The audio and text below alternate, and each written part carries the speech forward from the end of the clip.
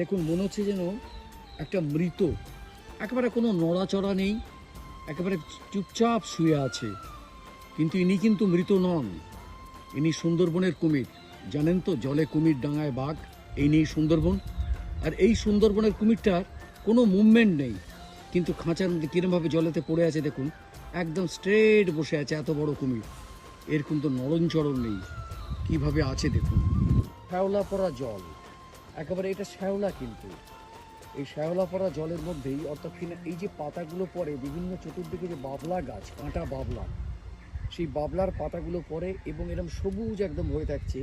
সেখানেও দেখুন যে অর্ধেকটা ভেসে অর্ধেকটা মুখটা তুলে দিয়ে কিভাবে সে আরাম ভোগ করছে, অর্থাৎ কিনা রোদ্দুরটাও নিচ্ছে আবার ঠান্ডাটাও নিচ্ছে। কিভাবে হাঁ করে কুমিরটা ডাঙার উপরে উঠে রোদ পোয়াচ্ছে।